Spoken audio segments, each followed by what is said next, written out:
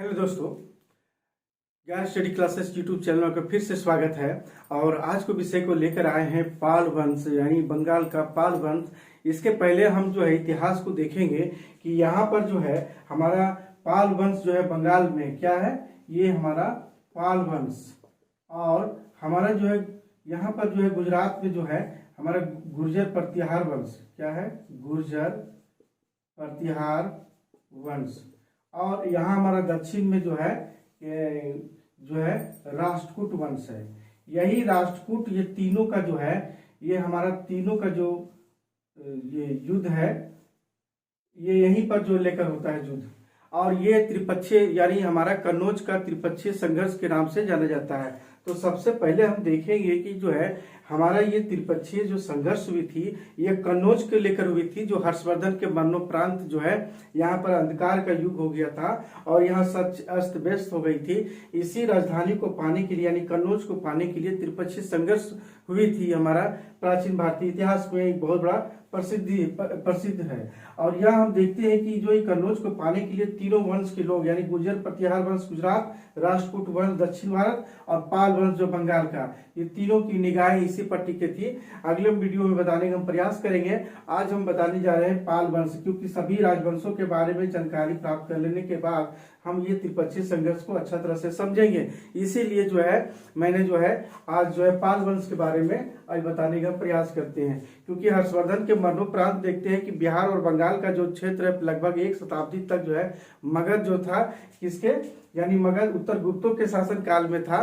और देखते हैं कि 725 से लेकर 733 ईस्वी तक जो है कन्नौज में जो है फिर जो है देखते हैं यशोधर्मन और कश्मीर की जो है ललिता मुक्ता पीठ के का आक्रमण होता है। और उसी समय जो है उत्तर गुप्त का जो है पतन हो जाता है। उत्तर गुप्त वंश के जितने भी लोग थे मगध में, उसका होता है मगध में जो है मगध जो हो जाते हैं उनका पतन हो जाता है, यानी उत्तर गुप्तों का। तो यानी शशांक की मृत्यु, यानी गौड़ के शासक जो बंगाल में ही है, गौड़ के शासक शशांक, जो पिछले हर्षवर्धन के काल में हम बताने का प्रयास किए थे कि हर्षवर्धन जो राजवर्धन को जो है, यानी शशांक को जिसने मारा था राजवर्धन को, तो शशांक की जब मृत्यु हो गई, लगभग एक शताब्दी तक क्या हुआ, बंगाल में अराजकता हो गई। यहाँ क्या हो गई, अराजकता हो गई, अव्यवस्था हो गई, अराजकता हो गई, अस्त व्यस्त हो गए, सब क्या हो गए, अस्त व्यस्त, छीन बीन हो गई, यानी अव्यवस्था व्याप्त हो गई। तो इस तरह से तिब्बती इतिहासकार जो लामा तारानाथ जो कहते हैं कि व्याकुल जनता ने जो है गोपाल नामक सेना नायक को जो है राजा बनाया और इन्हें पाल वंश की स्थापना की थी। यानी हमारा यहाँ पाल वंश का जो स्थापना जो है गोपाल करता है, ये पाल वंश की। यानी हमारा जो है गौड़ के बाद जो है हमारा पाल वंश का गोपाल ही जो है सेना नायक होते हैं, जो वही जो है यानी पाल वंश की स्थापना करता है। तो हम बारी बारी से सब राष्ट्रकूट और प्रतिहार वंश के बारे में हम थोड़ा अध्ययन करेंगे। उसके बाद जो है त्रिपक्षीय संघर्ष के बारे में हम चर्चा करेंगे, क्योंकि त्रिपक्षीय संघर्ष को समझने के लिए तीनों राजवंशों की जानकारी प्राप्त होनी चाहिए, जानकारी, तभी जो आसानी होगी हमारे समझने में। तो आइए हम लोग देखते हैं कि बंगाल का जो है पाल वंश जो था, यानी गोपाल, ये गोपाल जो है हमारा पाल वंश की स्थापना 750 ईस्वी में करते हैं, क्योंकि 730 में इनकी जन्म होती है। लेकिन इनके जन्म पुंडरुवर्धन यानी बोंगरा जिला में हुई थी। और ये क्या थे, बौद्ध धर्म से संबंधित थे। क्या थे, बौद्ध धर्म से के अनुयायी थे, यानी बौद्ध धर्म को मानते थे। इन्होंने अपने कार्यकाल में देखते औदनपुरी बिहार, जो बिहार शरीफ है, वहां शिक्षा का प्रमुख केंद्र की स्थापना किया था गोपाल ने। इस तरह से देखते हैं। इसके बाद जो है 700, ये हमारा जो है 750 ईस्वी से लेकर 770 ईस्वी तक जो है गोपाल का शासन कर रहा। इसके बाद धर्मपाल आया 770 से लेकर 820 तक। इन्होंने कन्नौज की प्रभुता, यही कन्नौज ग्रुप यानी कन्नौज की प्रभुता का संघर्ष हुआ था, यानी धर्मपाल के समय में हुई थी। कन्नौज का पहल करने वाला जो है हमारा धर्मपाल था। इन्होंने मगध का क्षेत्र क्या था, मगध का क्षेत्र, वाराणसी का क्षेत्र और प्रयाग का क्षेत्र यानी अधिकार किया। मगध पर भी और वाराणसी और प्रयाग पर अधिकार किया। इनके दरबारी कवि जो है बहुत ही इंपॉर्टेंट है। इनके दरबारी कवि कौन थे? इन धर्मपाल के पूछे जाते हैं कि धर्मपाल को जो है दरबारी कवि सोढल थे, जो उसे उत्तरापद स्वामीन कहा। किसे? धर्मपाल को उत्तरापद स्वामीन कहा, क्योंकि इन क्षेत्रों पर अधिकार किया था तो उत्तरापद स्वामीन के नाम से जो है पुकारा है। इसी प्रकार हम देखते हैं कि जो है उपाधि भी परम भट्टारक की जो उपाधि थी, महाराजा धीराज की भी उपाधि थी और परमेश्वर की उपाधि थी। एक और उपाधि थी जो बहुत ही महत्वपूर्ण है, वह है परम सौगात की। परम सौगात यानी बौद्ध धर्म से प्रभावित था ये, इसीलिए जो है परम सौगात की जो है ये उपाधि लिया था। इन्होंने अपने कार्यकाल में देखते हैं कि विक्रमशिला विश्वविद्यालय भागलपुर की स्थापना, यानी भागलपुर में है तो वहीं पर जो स्थापना किया था। नालंदा महाविद्यालय को, विश्वविद्यालय को लगभग 200 गांवों का जो आय होती थी वह दान दिया था। कौन? हमारा धर्मपाल दिया था। नवीन पाल संवत चलाया था इन्होंने। और बोध गया में चतुर्मुख महादेव की मूर्ति है, यानी महादेव की जो है मूर्ति स्थापित की थी बोध गया में। और एक इसका जो उल्लेख आता है खलीमपुर लेख में ब्राह्मणों को आदर करने वाला कहा गया है, यानी खलीमपुर लेख में जो है ब्राह्मणों को आदर करने वाला कहा गया है। किसे कहा गया है? धर्मपाल को कहा गया है। और इस तरह से तारानाथ जो थे, तिब्बती जो इतिहास का तारानाथ जो थे, वो अब क्या है 50 धार्मिक विद्यालयों की स्थापना किया था। तो इस तरह से देखते हैं। और दरबार में जो है बोध लेखक, इनके दरबार का सबसे बड़ा इनका बोध लेखक हुआ करता था, वह है हरिभद्र। ये जितने भी सारे कंटेंट है और अच्छे से नोट कर लेंगे सिलसिलेवार से, एक अच्छे तरह से नोट्स भी आपके बन जाएंगे इनकी उपलब्धियों के बारे में, यानी पाल वंश के बारे में। तो ये हम देखिए जो है हमारा धर्मपाल के बारे में। लेकिन हमारा एक इसके पहले हमको बताना था कि इसकी जो पाल वंश की जो हमारा स्रोत है, जानने के कौन कौन से साधन है, यानी पाल वंश के जो साधन है जानने का कौन कौन से स्रोत है, तो वह है जो है धर्मपाल। यानी धर्मपाल का जो है खलीमपुर लेख, अभी मैंने बताया कि खलीमपुर लेख ब्राह्मणों को आदर करने कहा गया, यानी इससे जो है हमें पता चलता है धर्मपाल का जो है खलीमपुर लेख जो है एक बहुत ही इंपॉर्टेंट है, क्योंकि ये पुरातात्विक स्रोत है। ये हमारा देवपाल का जो है, जो देवपाल राजा है उसी का मुंगेर लेख है, बहुत इंपॉर्टेंट है। नारायण पाल का भागलपुर ताम्रपत्र और बादल स्तंभ लेख नाम है। और महिपाल का वानगढ़ और नालंदा मुजफ्फरपुर का लेख, ये हमारा पुरातात्विक स्रोत है। लेकिन एकमात्र जो है हम देखते हैं कि जो है साहित्यिक स्रोत के रूप में कौन है?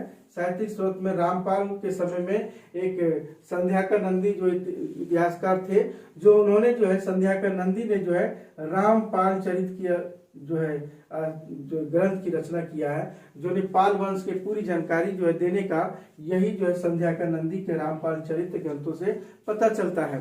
तो इस तरह से हम देखते हैं, यानी धर्मपाल के बाद हम लोग चलते हैं देवपाल के बारे में कि 820 से लेकर 850 ईस्वी तक इनका शासनकाल रहा। और धर्मपाल की जो राष्ट्रकूटीय जो उनकी जो पत्नी थी, उन्हीं की पत्नी का पुत्र था हमारा देवपाल था। यानी धर्मपाल जो है राष्ट्रकूट वंश की एक कन्या से शादी किया था, जिसको बोलते हैं रन्ना देवी। क्या है? रन्ना देवी, उसी का पुत्र था हमारा देवपाल।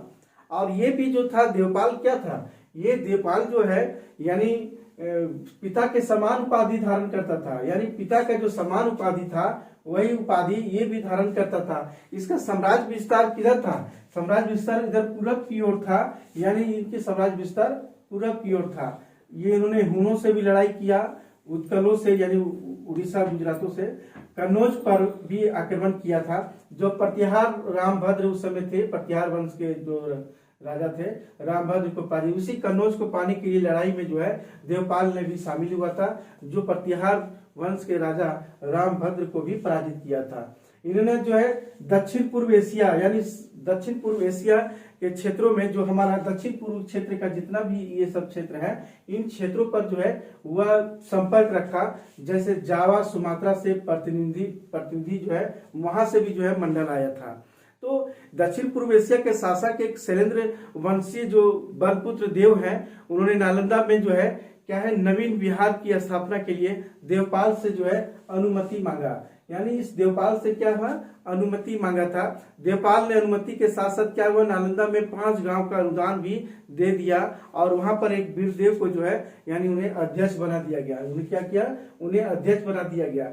इसके बाद साम्राज्य का विघटन जो है, इसके बाद यानी देवपाल के बाद जो है साम्राज्य का विघटन जो है पूरी तरह से हो जाती है और यह देखते हैं मुंगेर तक ही सीमित रह जाती है।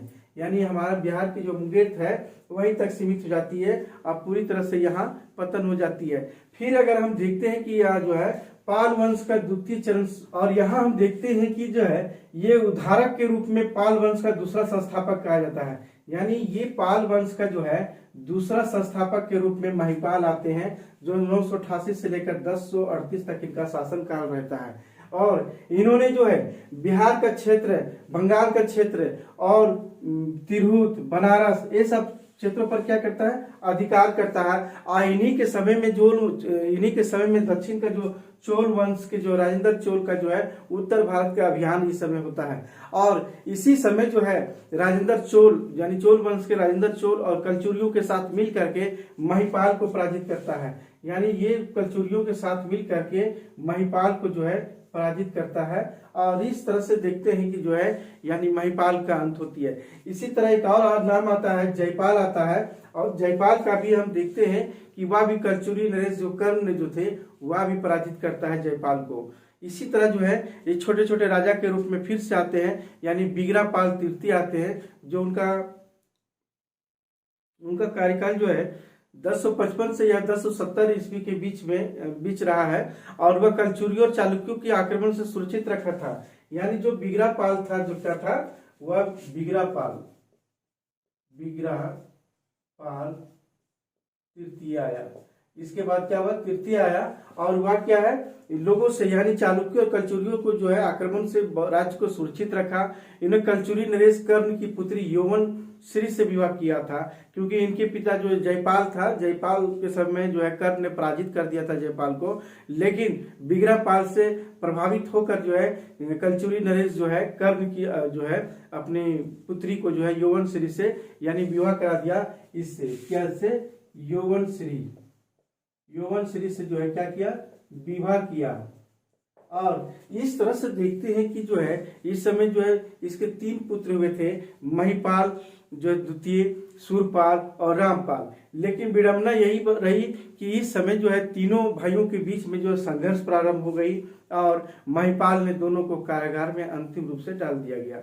इसके बाद आता है रामपाल। जो रामपाल इसके बाद शासन व्यवस्था में आते हैं, यानी रामपाल।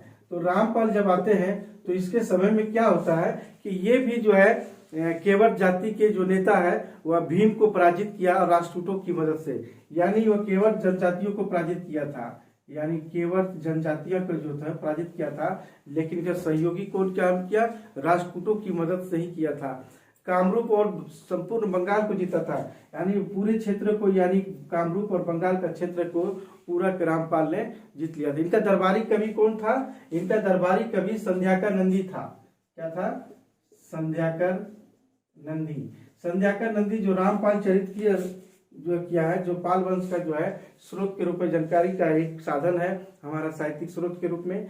यहाँ हम देखते हैं इसके बाद अंतिम जो पाल वंश का कौन थे, पाल वंश के अंतिम जो शासक था गोविंद पाल थे। क्या थे, गोविंद पाल ये क्या थे, अंतिम शासक था। अंतिम शासक जो था गोविंद पाल था। और ये बंगाल को जो है सेन वंशों ने छीना। यानी से बंगाल के जो सेन वंश था वह सेन वंश ने छीना। और यहीं पर देखते हैं कि मगध को भी गढ़वालों ने छीना। यानी मगध को क्या हुआ, गढ़वालों ने छीना। इनके समय पाल वंश के अंतिम शासक कौन था, गोविंद पाल था, अंतिम शासक था। बंगाल को जो है इसके बाद जो है सेन वंशों के अधीन में चला गया। इसके बाद जो है मगध भी जो था वो क्या था, वह गढ़वालों के हाथों में चला गया। इस तरह से अब देखते हैं कि जो है शिक्षा एवं साहित्य, यानी सोमपुर, बंगाल, औदनपुरी, ये हमारा क्या है, ये शिक्षा केंद्र के रूप में है। क्या है, शिक्षा केंद्र के रूप में, ये हमारा शिक्षा केंद्र के रूप में है हमारा। और ये सोमपुर, बंगाल, औदनपुरी यानी बिहार शरीफ, विक्रमशिला भागलपुर जिसको कहलगांव कहते हैं, और संघोल बेगूसराय, ये सब क्या थे, ये हमारा शिक्षण केंद्र थे, प्रमुख रूप से शिक्षण केंद्र। नालंदा विश्वविद्यालय भी यहाँ पर भी चल रहा था, महायान शिक्षा का जो यहाँ केंद्र था। इस तरह से यहाँ पर हम देखते हैं कि नालंदा की तरह विक्रमशिला विश्वविद्यालय जो है वह भी विश्वविद्यालय बौद्ध प्रतिष्ठान के रूप में था। इसके बाद छोटे छोटे बड़े देखते हैं, छोटे छोटे बड़े जितने भी थे विहार भी थे, जिनमें से 109 के लगभग जो सुप्रसिद्ध बौद्ध पंडित हुआ करते थे, लेखक हुआ करते थे इस समय, और निरंतर विद्याध्ययन करते थे इस विक्रमशिला महाविद्यालय में। तो यहाँ पर हम देखते हैं कि एक बौद्ध पंडित और लेखक के साथ साथ देखते हैं यहाँ पर ये अतीश दीपंकर रहते थे। क्या थे? अतीश दीपंकर। अतीश दीपंकर ये हमारा जो है बौद्ध के जो सबसे बड़े बौद्ध पंडित थे, यानी अतीश दीपंकर श्री ज्ञान इनका नाम है। इन्होंने जो अपने समय में क्या किया, अपने समय में बौद्ध प्रचार बहुत सारा किया। इन्होंने 70 के लगभग जो है बौद्ध ग्रंथों की रचना किया है इन्होंने, और यहाँ तक जो है विक्रमशिला महाविहार में जो है महास्थविर के जो है के पद पर थे। इन्होंने तिब्बत में जाकर के, यानी तिब्बत में जाकर क्या हुआ, धर्म का, बौद्ध धर्म का प्रचार प्रसार किया था। अब मिथिला में जो शिक्षा का केंद्र था वह गुरु आश्रम हुआ करते थे। मंदिरों में भी शिक्षा का प्रचलित था। बौद्ध दर्शन के साथ साथ व्याकरण, न्याय, तंत्र इत्यादि का भी इसमें जो है विषय हुआ करते थे, इसकी भी अध्ययन किया जाता था। विक्रमशिला नालंदा का स्थान ग्रहण किया था इस समय, यानी नालंदा का जो स्थान था अब वह क्या हुआ, विक्रमशिला ने ग्रहण कर लिया। और यहाँ के जो विद्वान मुख्य रूप से देखते हैं, रक्षित है, विरोचन है, ज्ञानपाद है, रत्नवज है, और इस तरह से अभयंकर भी है। तो यहाँ पर देखते हैं कि विक्रमशिला जो है विश्वविद्यालय को जो है 1203 ईस्वी में बख्तियार खिलजी ने जो है इसे ध्वस्त कर दिया, तहस नहस कर दिया था। इसके बाद हम लोग चलते हैं वास्तुकला के बारे में, क्योंकि यह भी हम देखते हैं कि वास्तुकला की जो है, यानी पाल वंश का बहुत ही प्रमुख रूप से रहा है, क्योंकि पाल काल में ही एक आया था वक्र लिपि आया था। क्या था? आया था वक्र लिपि आया था, वक्र लिपि आया था। और यही वक्र लिपि जो है आगे चलकर जो है बंगाली और मैथिली लिपि की उत्पत्ति हुई थी। इसी से बंगाली और लिपि हुई थी, यानी बंगाली और हमारा मैथिली, यानी मैथिली वक्र लिपि से ही आगे चलकर बंगाली और मैथिली लिपि का जो है आगे जो है उत्पत्ति हुई। और क्षेत्रीय भाषा का भी उदय भी इसी समय में होने लगा। और यहाँ हम देखते हैं कि इस काल में एक से एक संस्कृत के बौद्ध जो एक से एक जो जितने भी थे संस्कृत और बौद्ध साहित्य के प्रकांड विद्वान भी हुए इस समय पाल वंश में। संस्कृत साहित्य में गौड़ीय जाति का एक विकास इसी काल में हुआ था। संध्याकर, यानी हम देखते हैं कि संध्याकर नंदी का रामपाल चरित जो है, जो ग्रंथ है, इसी काल में लिखा गया, यानी इसी काल में, क्योंकि यही एक हमारा साहित्यिक स्रोत के रूप में देखने को मिलता है। इसी तरह चक्र पन्नीदत्त के वैदिक ग्रंथ की रचना किया था।